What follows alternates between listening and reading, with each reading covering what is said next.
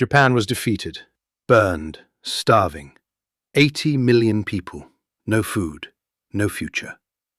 One American general landed on Japanese soil. He had no army to fight. He had something more dangerous, a plan.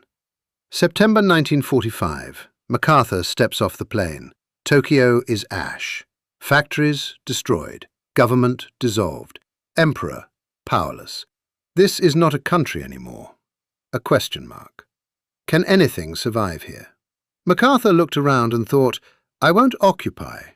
I'll transform. He didn't want a broken Japan. He wanted a new one. Here's what nobody tells you about MacArthur. He lifted Japan not with money, but with 3 documents, 3 decisions that changed everything. The old Japan ran on one idea. The emperor is a god. His word is law. His power is absolute. MacArthur slammed the table. This ends. In 1947, Japan got a new constitution, written in 6 days, by a small team, in secret. Article 9, Japan would never wage war again. The military dissolved. The god became a man. 2 moves down. The third one, nobody expected. It turned Japan into an industrial machine. In less than a decade, the Japanese were shocked, but exhaustion won. War had taken everything. They accepted it. Peace was not weakness, it was survival. Before the war, Japan had a feudal problem. 3% of the population owned most of the land. Farmers worked, landlords collected. Poverty was not bad luck. The system was like that. Peasants carried it on their backs. MacArthur broke the chains. In 1946, massive land redistribution began. Landlords were forced to sell. Farmers became owners.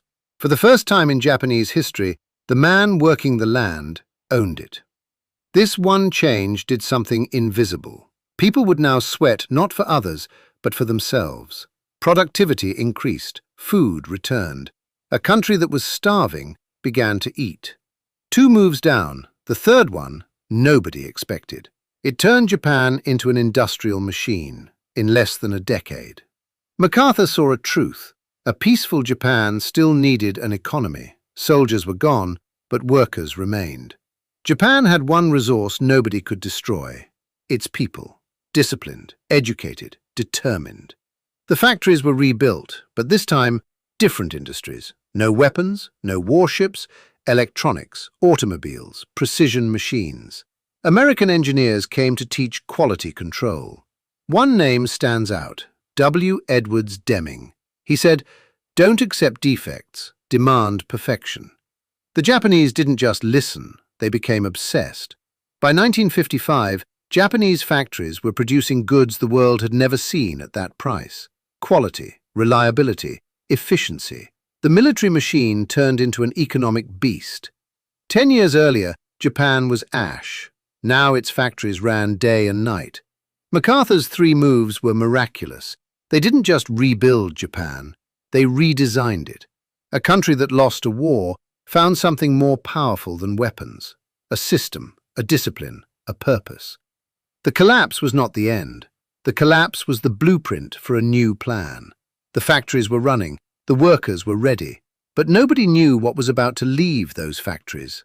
A car company with no experience, an electronics brand with no reputation, a motorcycle brand nobody had heard of. Toyota, Sony, Honda. 3 names, 1 mission: conquer the world. That story is next.